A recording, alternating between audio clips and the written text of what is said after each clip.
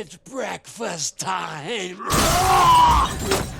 Exploring every mutant from the Hills Have Eyes franchise. The horror genre is vast, but most horror fans will agree that it is quite enough to make a good horror franchise that scares the pants off everyone. Well, a cult classic example of a spine-chilling horror franchise is The Hills Have Eyes. Wes Craven's horrifying brilliance is beautifully captured in this series of films which centers around cannibalistic monsters and mutants that terrorize people in a desert in the American West. But what makes it even scarier is that the films are based on the true story of Sawney Bean, a cannibal. He was the head of a wild Scottish clan who killed and cannibalized many people during the Middle Ages. In this video, we will explore every single mutant that is featured in this gory franchise. Interested? Keep watching. Before we go into our explanation, we have a very small request. If you like our content, please support us by subscribing to our channel. This is a small click for you, but for us, it means a lot. Thank you. Let's begin. I'm gonna watch your goddamn car rust out. Yes, I will! Right, Bob. Jupiter's clan of twisted cannibals in the original Hills Have Eyes movie, 1977. The first time fans were introduced to this infamous cannibalistic clan was all the way back in the year 1977, which saw the release of the first film in the franchise, The Hills Have Eyes. Interestingly, despite the fact that these cannibalistic mutants did not speak much in the films, all of them had distinct personalities and crazy qualities. Stick your fingers in my pie? That was a bad mistake.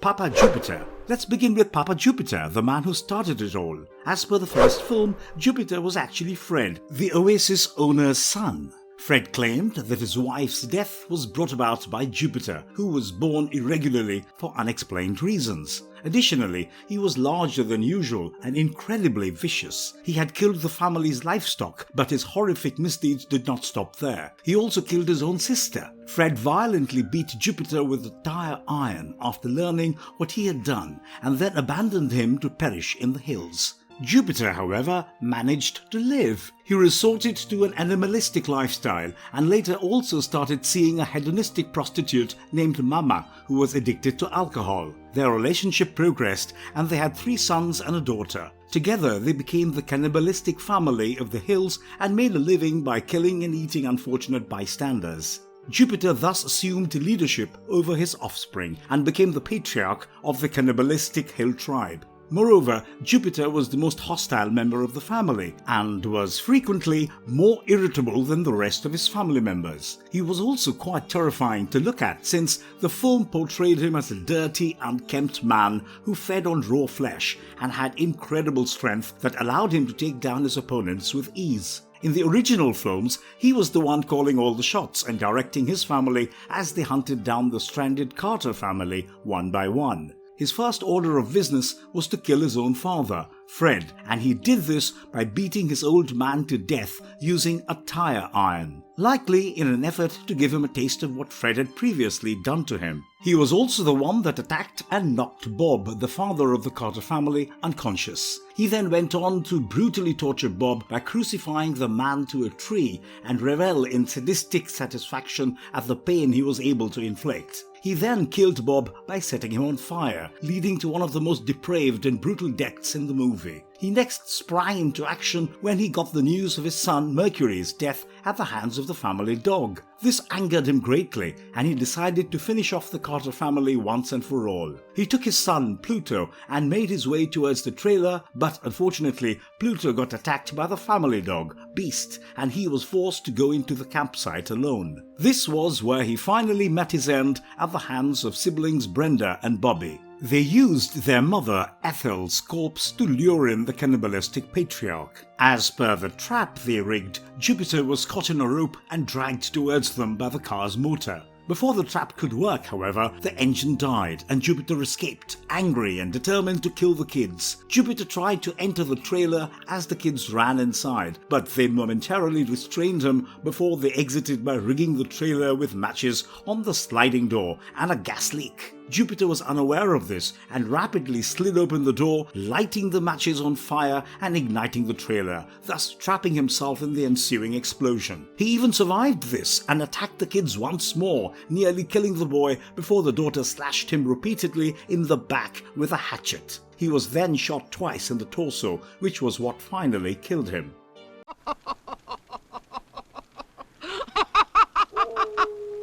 Mama. Next up is Jupiter's wife, Mama. Mama was portrayed to be just as deranged as her husband. She was seen wearing necklaces and charms made out of bones and teeth, and happily encouraged her family in their grisly activities. Like her husband, Mama was a strict disciplinarian who frequently chastised and insulted her daughter for refusing to help out with the family's activities, since Ruby was not as violent as the rest of them. Mama did not seem to be as agile or physically adept as the rest of the family members, and instead preferred to watch their depraved activities from afar. However, this did not mean that she was of the calmer or better nature than the rest of them. She was just as brutal and remorseless. While Mama didn't really participate in the attack on the Carters, she did remain in the family's den and restrained Ruby when she tried to flee. Ruby was frequently mistreated by her. In fact, one time she even chained her own daughter outside and forced her to eat the remains of the dead Carter family dog, Beauty, presumably to teach her a lesson. Ruby eventually knocked Mama out and took the Carter's baby that her brothers had kidnapped with her when Mars was instructed to kill the baby. After that, Mama wasn't seen again, though it's possible that after the attack and deaths of the majority of her family, she was captured or even killed by the government officials.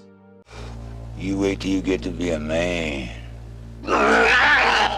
Mars. Coming to the clan kids, the first of them was Mars. Mars was quite the depraved one. In fact, he might just be the worst one of the lot. Considering that his entire family consists of murdering cannibals, this says a lot. Mars appeared toward the end of the second half of the movie and was seen as he ransacked the Carter family trailer alongside his brother Pluto. However, he decided to take things one step further and sexually assaulted Brenda, one of the Carter family members. The attack was violent and brutal and left Brenda in a state of complete shock and trauma. He was also the one that shot the other family members when they tried to come to Brenda's aid. He further helped his brother Pluto steal the Carter family's baby in hopes that they would get to eat the infant. Mars then returned to their cave but was soon tasked with killing the Carter family when they got the news that Mercury had been killed by Beast, the Carter family dog. While the struggle between Jupiter and the Carter family kids took place, Mars encountered another family member far away from them at his own cave. Doug found himself in front of the cannibal's cave, and once there, he observed Ruby killing Mama and dragging Katie away. Ruby was caught up with by Doug, but Mars came after him and attacked him. Mars obtained the advantage in the ensuing struggle, but Ruby, who since the beginning had sympathized with the Carter family, got in the way, allowing Doug to overcome him. Then, as Ruby sobbed uncontrollably, Doug brutally stabbed Mars to death, taking out all his frustration, anger, and sadness on the cannibal man, mutilating his corpse in blind rage. Mars was especially sadistic compared to the other members, and Lance Gordon did a stellar job of bringing this horrifying character to life. You truly hate his guts while watching the movie, and that is a result of brilliant acting.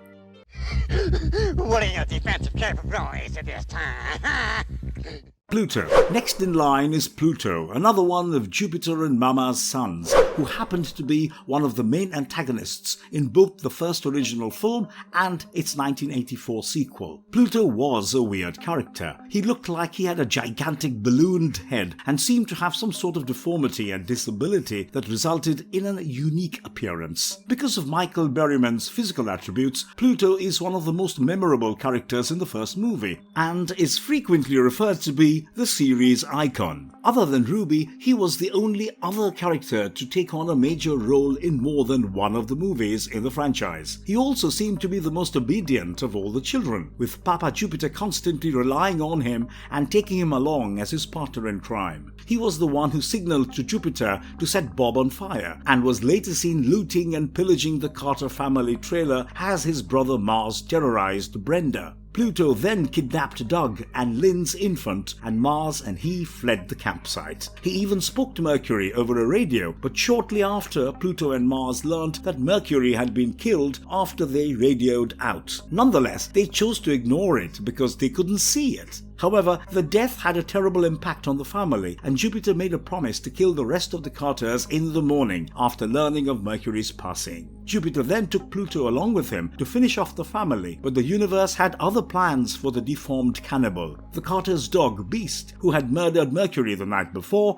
ambushed Pluto. Pluto became helpless as Beast bit off his Achilles tendon. Beast further bit Pluto's neck and then left him to perish as blood gushed out of his wounds. However, Pluto did not die. Jupiter's older brother, the Reaper, found him and healed him. While this was not shown in the first movie, it was mentioned in the second one. The following 8 years were subsequently spent by Pluto and the Reaper slaughtering any newcomers to the area, throwing their corpses down the nearby mine shafts, and later cannibalizing them. However, 8 years later, Ruby came back to the desert. She was among a group of potential victims who eventually arrived in the hills. When Ruby's group reached one of the buildings, Pluto struck her there, let her know that he was still alive, and then fled. Pluto then snatched one of the group's bikes, leading Roy and Harry to pursue him into the hills. Roy was left to pursue Pluto alone after Harry got knocked from his bike along the route. Pluto was eventually captured by Roy, who then attempted to bring him to the group. However, they discovered that Harry had been killed and Pluto was saved by the Reaper, who then attacked and killed Roy. Around dusk, Pluto assaulted Ruby once more and nearly killed her while informing her that their uncle was still alive, but Beast the dog drove him away. In the end, he was ambushed by an awakened Roy on a hilltop, and Beast finished what he had begun in the first movie by chasing after him and pushing him off the hill to his death. Would you be so happy? Maybe I make a joke like last time. Mercury, the youngest son of Jupiter and Mama, unfortunately did not get much screen time in the first film. However, his death served as an important catalyst in the movie. Mercury, the Jupiter clan's youngest child, appeared to be the team lookout. He was frequently pictured from a distance watching over the clan's victims. He was not actively engaged in any of the brutal killings or attacks conducted by Jupiter or any of his older brothers. Mercury was not seen until much later, when his brothers attacked the Carters after he had sabotaged and destroyed Fred's truck to prevent his escape. With a walkie-talkie and binoculars, he was seen perched on a hill. After the attack and kidnapping of the Carter baby, Mercury used the walkie-talkie to communicate with Pluto. Mercury was then assaulted by Beast, the Carter family dog, who pushed him off the mountaintop where he died, as Pluto and Mars made their way back to the clan's house. Later, the clan learned of his passing, which infuriated Jupiter and prompted him to mount another assault on the Carter family, which ultimately led to the death of many clan members, including Jupiter himself.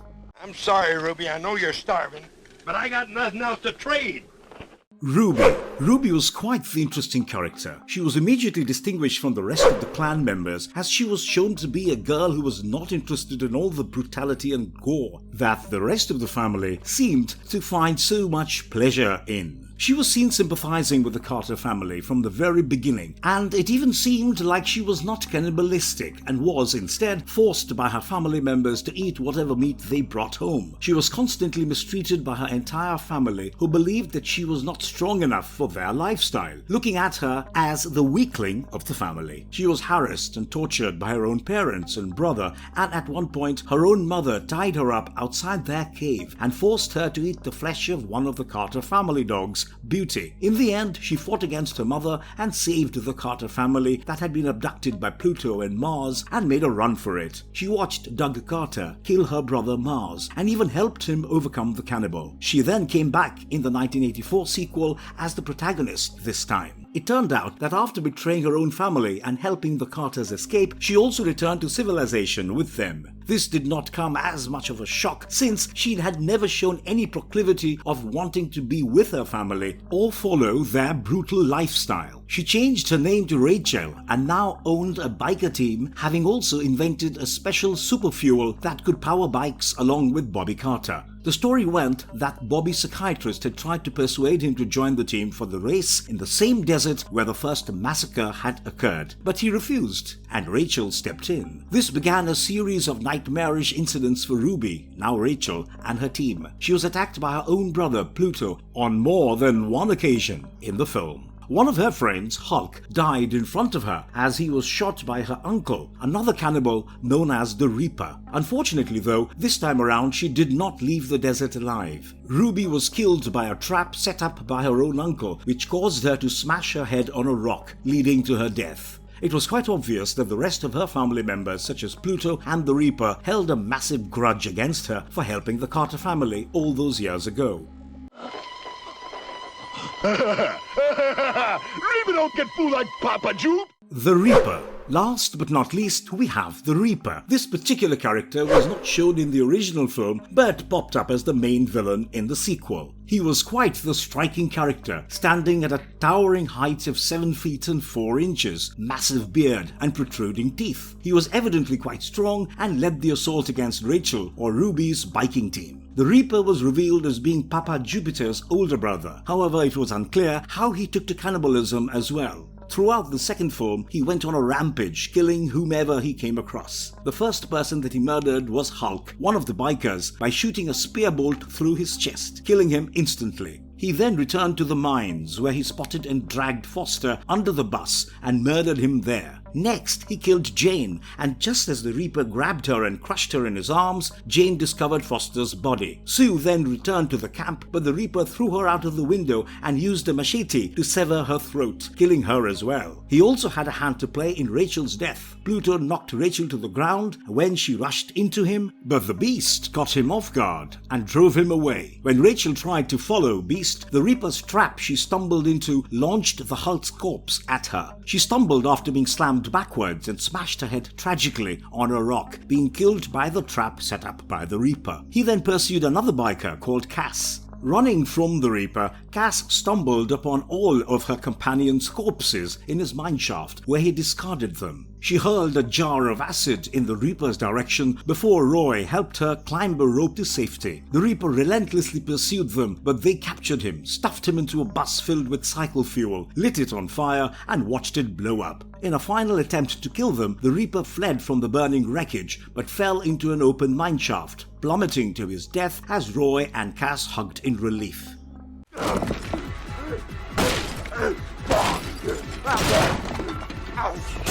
Jupiter's Clan of Cannibalistic Mutants 2006 remake. While the remake stayed quite true to the original movie, fundamental changes were made with regard to the villainous clan, their members and their features. This version of the story classified the Hill Clan as mutants. The remake explained that radiation was to blame for the mutants' current state. The American government forcibly removed the residents of a mining town in New Mexico during the 1950s so that nuclear testing could take place nearby. At the time, they were oblivious that the town's residents had retreated to the nearby mines, where they were exposed to radiation from the atomic bombs being tested. These miners' offspring were born deformed mutants in later generations. The ones who gave birth to these malformed mutants were sent back into the mines to live, since the regular village people did not want the mutants living amongst them. This led to the creation of the cannibalistic mutant clan within the mines.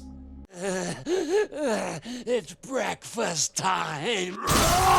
Big Brain. Starting with a character named Big Brain, he was the one that narrated the story of the origin of the mutants in the film. He was repeatedly shown using a walkie-talkie to give orders to other mutants. Thus, Big Brain appeared to be one of the senior members of Jupiter's clan. Big Brain's big, enlarged head and inflated esophagus were likely caused by severe causes of hydrocephalus and goitrous. Big Brain couldn't walk because of his medical condition. Thus, he was restricted to a unique wheelchair. Doug Bukowski, the protagonist and a friend of the Carters, discovered Big Brain, who was located in an electronics-filled mansion in the mutants' nuclear test town residence. When Doug used his baseball bat to attack Big Brain sent an axe-wielding Pluto to stop him. Doug also attempted to question Big Brain in order to uncover the history of the mutants. Eventually, Doug managed to kill Pluto, but he was unable to murder Big Brain because he was worried about his infant. Afterwards, Doug's dog, Beast, attacked the mutant and likely killed it by mauling it to its death. His tortured corpse, dragged from his wheelchair, was discovered by mutant commander Papa Hades in the graphic novel The Hills Have Eyes, The Beginning, which took place shortly after the events of The Hills Have Eyes.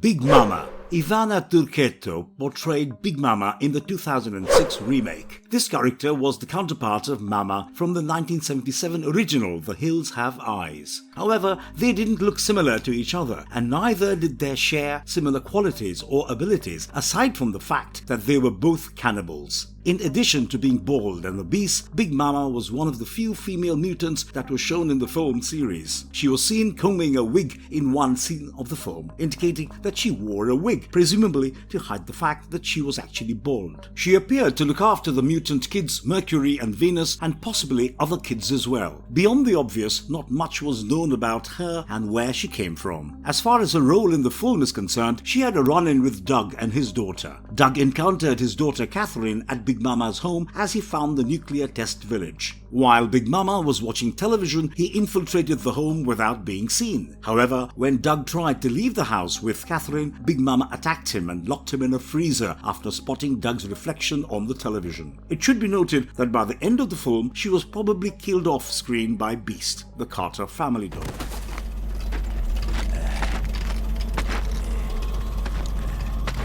Cyst. Cyst was one of the most visually horrifying mutants from Jupiter's clan.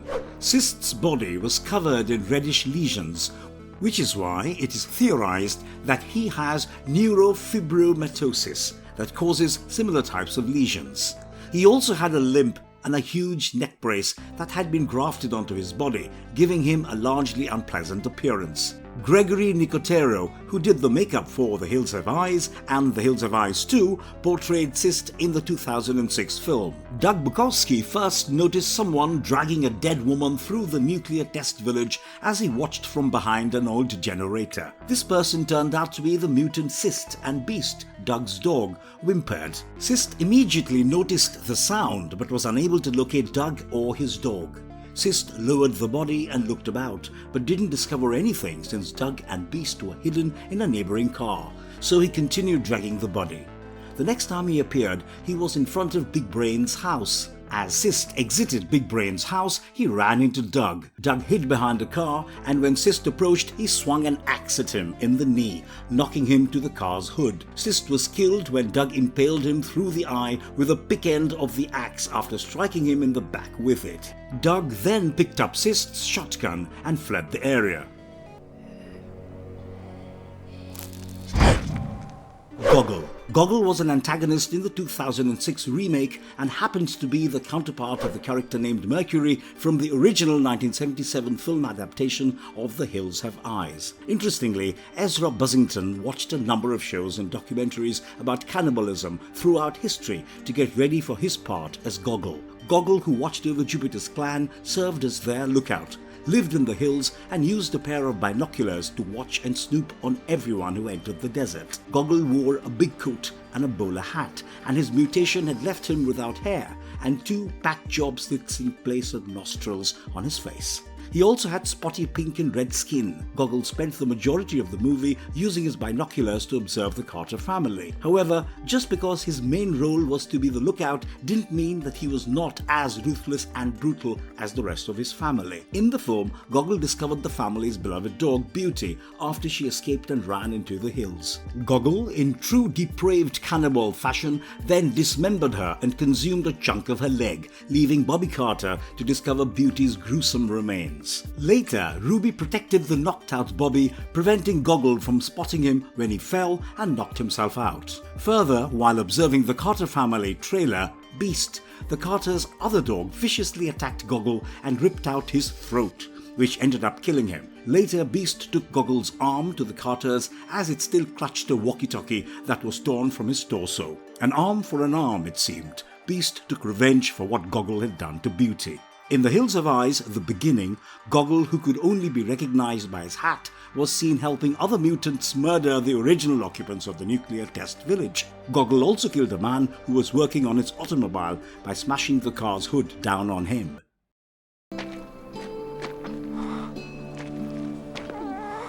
Ruby. Ruby's character was more or less consistent when compared to the original film. Ruby was shown as a relatively young Jupiter clan member who disliked her family's practice of killing ordinary people. Ruby had numerous fused fingers, probably due to syndactyly, and the shape of her face suggested golden hour syndrome. Ruby also was shown to be a sweet, loving and caring person, despite the fact that her entire family consisted of deranged, violent cannibals. She openly expressed disapproval for her family's behavior, which motivated her to assist, later, the Carter family in the film. Ruby first appeared in the movie at the gas haven when she stole a red sweatshirt from the Carter's car and wore it for the rest of the movie. In her first appearance, she was mostly hidden from view and was quite discreet about her presence. After discovering his dog Beauty's mutilated remains, Bobby Carter unintentionally knocked himself out. Ruby found him and looked after him, even going so far as to conceal him from Goggle, the man who had killed Beauty. This showed her kind and helpful nature. Ruby later overheard the order for Lizard to murder the kidnapped Catherine Bukowski, and in an effort to save Catherine, she immediately ran away with her as Lizard closed in with a meat cleaver. Ruby then located Catherine's father, Doug, and was about to deliver Catherine to him when Lizard assaulted him while still pursuing Ruby. Lizard then knocked Doug to the ground as Catherine and Ruby stood defenseless while Ruby's homicidal brother closed in on them. But before Lizard could hurt Ruby or Catherine, Doug viciously assaulted him by shooting him and hitting him with a shotgun. In order to free herself from her deformities and a life of violence and save Doug, Ruby gave him Catherine after knocking out Lizard. When she saw Lizard's coming up, she tackled him and threw herself along with him off a cliff, saving Doug and Catherine. Thus, she sacrificed herself to save this random family because she was a pure person, unlike the rest of her family. Yes! I'll come back for you. Lizard. The Hills Have Eyes' primary villain was Lizard.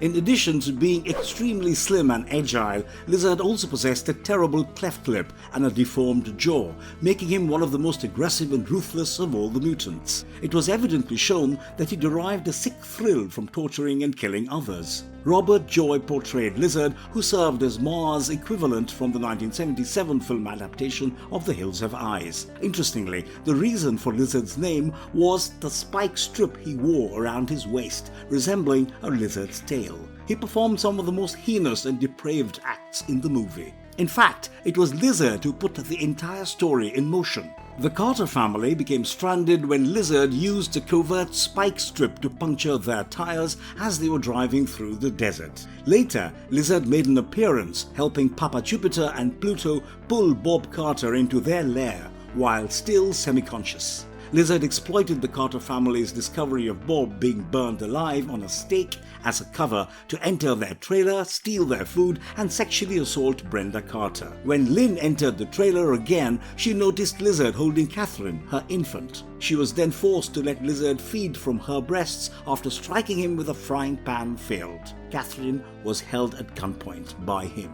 All of these acts go on to show the disgusting nature of Lizard. A little while later, Lynn's mother, Ethel, went to the trailer and attempted to attack Lizard with a big rock.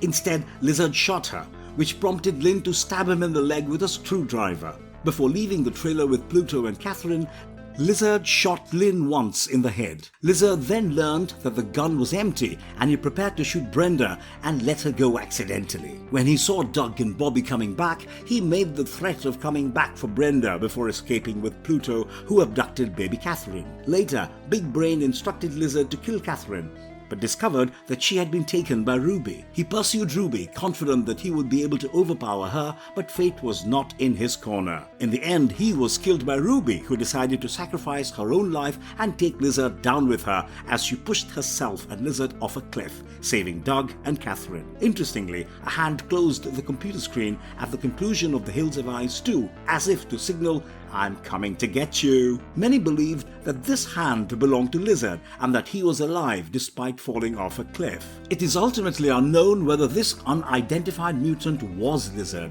despite the fact that it was wearing a leather glove resembling his but being noticeably more shredded, maybe as a result of the fall in the first movie.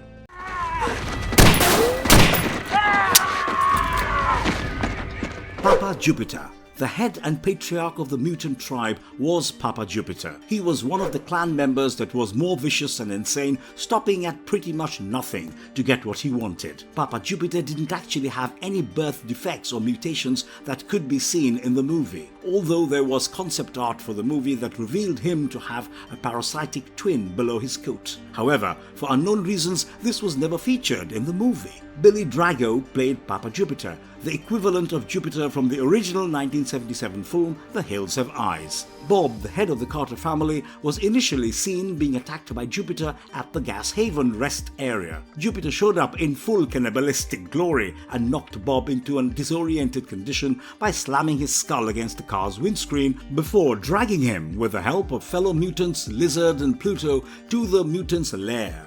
Jupiter later snuck into their car and snatched Ethel's body after Bob, Ethel and Lynn were all slain, and Doug departed to look for his daughter Catherine. Later, Bobby Carter discovered him in the hills, devouring Ethel's heart. Truly a gruesome sight. Jupiter followed Bobby back to the Carter's trailer after sighting him, but when he did, he mistakenly set off a trap which caused the trailer to blow up with him inside it. Jupiter tried to escape the blast, and while he managed to survive, shrapnel impaled him through the chest. This caused him to become immobile, and Brenda killed him with his own pickaxe, as he was rendered defenseless by the explosion. Fun fact: Jupiter made multiple cameo appearances in The Hills Have Eyes, The Beginning graphic novel, largely in crowd shots with other mutants.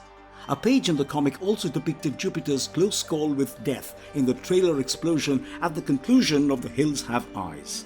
Although it hasn't been proved, many fans have hypothesized that he is Papa Hades' brother.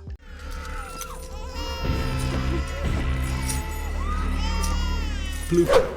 While this character shared a name with the antagonist from the original movie, he was definitely not the same, arguably being portrayed as far more brutal and dangerous this time around. Pluto was one of the more intimidating mutants of the clan, distinguished by his enormous physical power. He could throw an adult man 5 feet away with just 2 hands, among other impressive feats. Pluto's head and face were deformed, and he seemed to be mentally challenged as well. Pluto was likely more akin to character Mercury than to the character of the same name from the first 2 movies. He was depicted as being the member of the family who was usually tasked with all the grunt work and heavy lifting. In The Hills of Eyes, Pluto made his first appearance as a mutant using a pickaxe to attack 3 guys wearing NBC suits who were exploring the desert. He then killed them, dragged them away, and chained them to the back of their own pickup truck. Later in the movie, Pluto showed up to assist Lizard and Papa Jupiter in dragging a semi-conscious Bob Carter into their cave. Pluto then infiltrated the Carter family's trailer and kidnapped Brenda Carter. He then radioed his family to instruct them to start an explosion and set Bobby Carter on fire as a distraction so that he could abuse Brenda. Pluto was, however, stopped in his attack on Brenda by his cousin Lizard. He then took Kathleen Bukowski, Brenda's infant, and ran away, hoping to eat the baby. Later in the film, Big Brain ordered Pluto to assault Doug Bukowski, Catherine's father, after informing him of the origin of the mutants. Doug's pet dog, Beast, assaulted Pluto as Pluto pursued Doug throughout Big Brain's home. However, the dog was no match for Pluto's strength. After knocking Beast out cold, Pluto resumed his pursuit of Doug and eventually forced him into submission while slicing off 2 of his fingers using his axe. However, Doug managed to flip the tables, and Pluto started screaming in pain when Doug finally attacked him with a screwdriver and impaled his foot with it. Doug then struck Pluto in the head with his own fallen axe, and he was still screaming, impaling him through the neck with a little American flag and relieving him of the agony of choking on his own blood, killing him. Venus and Mercury, the mutant children. Last but not least, we have the mutant children, Venus and Mercury. It was quite evident that they were also 2 of the least dangerous mutants, as seen by the fact that they did not assault Doug when he was searching for baby Catherine. They were far more preoccupied with playing with their toys. They were, however, likely mutants as well. Simply judging by the way they looked in the film, it might be theorized that Venus might have golden hair syndrome, just like Ruby, while Mercury had big eyes and a skin condition that made his flesh look bluish. Mercury was portrayed by Adam Perel, while Venus was portrayed by Judith Jane Valette. It is unknown if the two children were also cannibals, since they did not exhibit any feral or animalistic characteristics during their appearance in the movie. No, with her, Papa, no. Hades' clan of mutants from Hills of Ice 2, 2007. Fans were introduced to a completely new gang of cannibalistic mutants in the 2007 sequel, The Hills of Ice 2. The movie followed 6 members of the United States Army National Guard as they struggled to survive in the New Mexico desert against mutant residents of a military base. After the events of the first movie, the US Department of Defense dispatched an army to conquer the area and wipe out the remaining mutants. The mutants attacked Colonel Lincoln Redding and 3 scientists who were establishing a surveillance system in that area. Later, to restock the scientists' supplies, Sergeant Jeffrey Sarge Millstone was in charge of a troop of National Guardsmen in training who were sent into the desert. This was when all hell broke loose and the mutants came out to play. Chameleon. Chameleon was a big bald guy. His moniker alluded to the almost rock-like appearance of his skin, which suggested a severe case of epidermolytic hyperkeratosis. This, however, also aided in his ability to blend in with his environment. His long tongue added to the credibility of his name. While Chameleon had a profound dread of his father, Hades, he was one of the more vicious mutants. He was mainly seen when Missy, a young female soldier, got captured by Chameleon and brought back to the mines. Missy is the only girl other than Amber, and she was likely picked by Chameleon because she was more attractive. Missy was also chosen because she was not Caucasian, which made her seem more exotic to Chameleon, and because Amber looked too much like the woman he was unable to conceive a child with. He addresses her as Mama, maybe implying that he wanted to get her pregnant with his own child. Chameleon then assaulted and tried to sexually assault her, but before he could penetrate or impregnate her, she bit off his tongue. He was then cast aside by Hades, who decided to take Missy for himself instead. Post this, Chameleon got shot and chased after his assailants, Amber and Napoleon, as he sat, upset about being denied the opportunity of having a child with Missy. Napoleon ultimately put an end to Chameleon's life by maniacally smashing Chameleon's head with a rock after Amber poked a hole in his eye. He was a gross and depraved mutant who had no sense of right or wrong or morality, and thus was scary and horrifying to watch. It's a relief he's dead.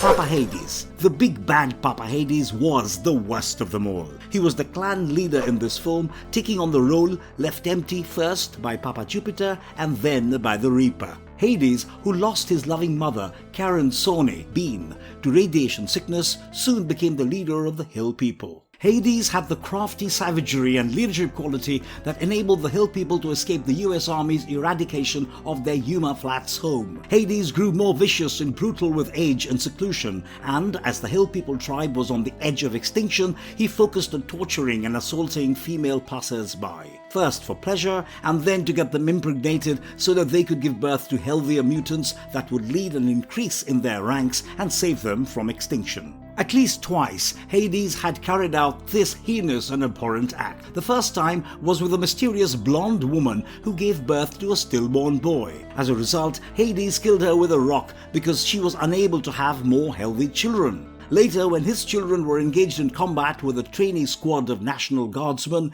Hades tried the same once more. He grabbed PFC Missy Martinez, a kidnapped female soldier, and proceeded to beat, assault, and likely impregnate her. After being shot, pummeled, and eventually impaled through the mouth by Napoleon's bayonet-equipped rifle, Hades was finally killed in battle. His physical appearance was terribly grotesque. Marred with scars, his face seemed to be almost melting off in a gross fashion. He was a big burly man and honestly incredibly scary as well. Definitely not someone fun to run into. Sniffer. Short and nearsighted, Sniffer was a mutant who relied on smell to see in the dark. He grabbed people's feet as he assaulted them from below. Sniffer's nickname alluded to his nearsightedness and the objects he gathered in order to locate his victims. He was referred to as Sniffer in one of the movie credits despite being largely unnamed throughout the movie. He was first observed standing behind a barricade, watching the soldiers enter the tunnels before he exited and alerted the others. Sniffer, who had been pursuing Chameleon, Delmar and Crank, found Chameleon dead and used their machine gun, which he stole to start shooting at Crank and Delmar. Sniffer managed to injure Delmar, however. The two of them worked together and finally managed to shoot Sniffer dead. Hansel. Every story has to have its own version of the good mutant and the one that wants to have nothing to do with all the murder and cannibalism. In this story, it was a mutant known as Hansel. Large and immature, Hansel was a gigantic simpleton and a member of the Hades clan. He was the third child born to Papa Hades and seemed to be the most different from them all. He completely opposed what his family believed and worked to protect regular people when they were in danger, just like Ruby did in the first movie. However, some twists were introduced in his otherwise violence-less story in an alternate ending. When the three survivors fled the mines, Hansel was waiting for them, laughing while munching on a human body part, telling them to run away, as if he were trying to divert their attention. Just like he did at the beginning of the movie when he diverted a scientist so Lech could sever his head with an axe. In the alternate ending, it is revealed that Hansel was aware of his family members' plans all along. He was very much after another bloodthirsty member of the Hades clan, simply one who did not like to get his hands too dirty. Because they believed Hansel shouldn't be as evil as his family, the filmmakers presumably removed this conclusion from the final version of the film. Napoleon! What? I don't know. Stabber. One of the Hades clan's more vicious members was Stabber. He had missing flesh and skin, and his head and mouth were misshapen. Further, on his face and body he had growths that resembled tumors. In the movie, Stabber preferred to use a cleaver, and he was also quite tough, surviving a direct gunshot. His name might have originated from the way he attacked his victims so forcefully. He also demonstrated speed and dexterity by being able to run quickly and escape danger. The first mutant to attack the military team, especially Napoleon and Amber, was Stabber. Napoleon was not very close, but Stabber managed to knock Amber to the ground and nearly kill her before Mickey shot him in the shoulder. He then used a crack in the rocks to enter the mines.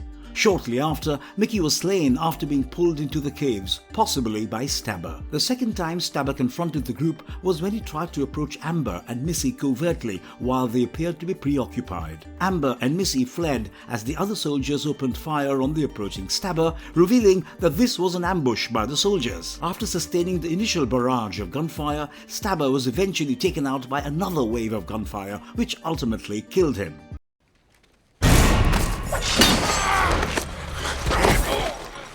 Lech. Last but not least, we come to Lech, another one of Hades' vicious children, played by Jason O'Tell. He had tumor-like growths all over his body and face, which were comparable to Chameleon's welts and scabs. He was quick, despite having a big build. Lech was a brutal killer who roamed the streets in army garb that had been stolen from the soldiers. In the movie, Lech impaled Colonel Redding with a spear and swung him over a cliff before killing Dr. Foster by throwing an axe at his head first. He also killed Stump, catching him off guard as he descended a rocky cliff just as the troops arrived. He managed to kill him by dashing out from a cave and slashing off his arm, which he then used to wave to Stump sadistically as he plummeted to his death. Later, while Napoleon was checking several dummies set up in a room, Lech pushed Napoleon to the ground in an effort to attack Amber. Napoleon's bayonet sliced through Lech's foot as he prepared to assault Amber. However, Amber made use of the distraction and managed to repeatedly stab Lech with the bayonet, thus killing him. Other mutants from the franchise appearing in The Hills Have Eyes, The Beginning. Just because you have watched all the movies does not mean that you have seen all the mutants this franchise has to offer. There are more mutants that come out to play in The Hills Have Eyes, The Beginning. A prequel and an interlude for the remake of the horror movie, The Hills Have Eyes, are provided by the 2007 graphic novel titled The Hills Have Eyes, The Beginning. The narrative detailed the mutants' genesis as well as major events that occurred between the original film and its follow-up. 3 main mutants were mentioned there: Karen Sawney Bean, Blair and Susie.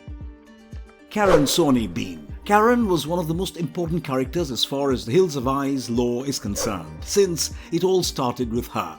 And she had one hell of a story. Karen Sawney Bean, the mother of Hades and the first leader of the mutants, was reportedly related to Sawney Bean, a notorious Scottish cannibal and serial killer according to the novel. Karen's first home was Yuma Flats, where she shared a modest lifestyle with her husband Dan and their kid. Karen and the other residents of the village refused to sell their properties when the US Army tried to purchase Yuma Flats for nuclear testing. A gang of inebriated soldiers eventually returned to Karen's house in the middle of the night and drove her and her family out onto the street as a result of her refusal. Karen was forced to watch while Lieutenant Ryan beat her husband and threatened her son. She also saw Lieutenant Ryan unintentionally shoot Dan and then depart the scene after threatening her and her son. Karen must have rallied her neighbors to exact revenge on the army right after Dan was slain by soldiers, because the following day, many soldiers who had gone back to Yuma Flats to try to resume negotiations were either killed or wounded by snipers in an attack orchestrated by Karen. Following this assault, the army stormed Yuma Flats the following day with tanks in an extreme case of retaliation. Karen and her son were captured during this attack by Lieutenant Ryan and confined in a rundown home. Lieutenant Ryan killed Karen's son and assaulted her before she was finally able to flee. However, her harrowing story did not end there. Karen and the remains of Yuma Flats' population began living in some adjacent mines as atomic testing occurred nearby when Yuma Flats was demolished and transformed into a nuclear testing range against their will. As the head of her fellow miners, Karen and the group made a living on goods that a gas station owner named Jeb provided to them. Karen and her people later relocated out of the mines and into the nuclear testing communities that the military had constructed sometime after the army eventually stopped conducting nuclear tests and subsequently deserted the area. About this time, Karen also learned that she was pregnant despite not having had intercourse since Dan had been killed. She gave birth to Hades, who was horribly deformed. However, despite his appearance, she adored the child. Afraid of the child, whom he believed to be a bad omen and to be of satanic origin, Patrick, another villager, used intimidation to rally the locals against Karen. One evening, Patrick approached Karen in front of the villagers and threatened to murder her if she didn't leave. As retaliation for Patrick's threat against her, Karen did eventually leave the area, but not before killing and beheading Patrick. Quite badass if you ask me. Karen, abandoned by her people, went to live in the mines with Hades, and soon others who had also conceived mutant babies and were chased from the town joined them. Subsequently, as that community grew, Karen and Jeb struck a deal whereby Jeb and his family would entice innocent victims into their territory, where they would be slaughtered and eaten. And in return, Karen would give Jeb any items of value they took from the travelers. This deal was struck after Jeb, who had been supplying Karen and the rest of the mutants with food, found himself unable to sell to her anymore due to the strain on his business. After living in this manner for years, Karen ultimately started to experience the effects of radiation sickness brought on by the nuclear radiation she had been subjected to before. As she grew thin and bald, Karen realized that Hades should take over as leader of the Hill people and instructed him to maintain her line before she ultimately passed away. Blair. Blair belonged to the Hades clan. She was a mutant with 3-fingered hands, a pig-like face, and a morbidly obese body. Blair was given command of a troop of mutants when the army launched its attack on the mutant village, and Hades asked her to find out when reinforcements would be arriving. Blair and her men successfully seized, tied, undressed, and assaulted 2 female soldiers they located, Lieutenant Bishop and Jones. After learning more, there was a subsequent attack on the army camp. During this attack, among those slain was a mutant who closely resembled her, who was shot to death by a man brandishing a machine gun who opened fire on a crowd of people. Blair was not seen again after this, indicating that it was, in fact, her who died in the attack. Susie. Susie was a young mutant female with an almost skeletally thin build, an extremely thin face and slanted eyes. Her father's name was Razor, as per the graphic novel. In The Hills of Eyes, The Beginning, Hades chose to use Susie as a diversion in order to steal one of the army tanks that had been brought in for their assault on the mutant village. Susie was forced to wear an enormous hoodie, and when she was put in front of a tank, she was able to entice the soldiers out of it by making them think that she was a regular girl because of the outfit which covered up her mutation. The soldiers were attacked by mutants after they realized Susie was a mutant, and they tried to seize their tank. Susie was reportedly killed when a second tank driven by soldiers opened fire on the mutants after spotting them slaughtering their comrades and attempting to grab the other tank, instantly killing a number of them and setting Susie's lower body on fire. This arguably killed the young mutant girl.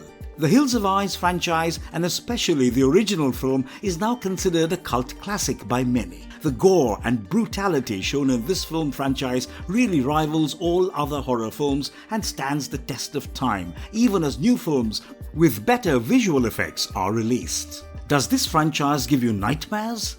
Is it time for The Hills of Eyes to be rebooted once more? Tell us in the comment section below. And if you liked our content, don't forget to leave a like and subscribe to us if you haven't already. Have a good one and be safe. Thanks everyone.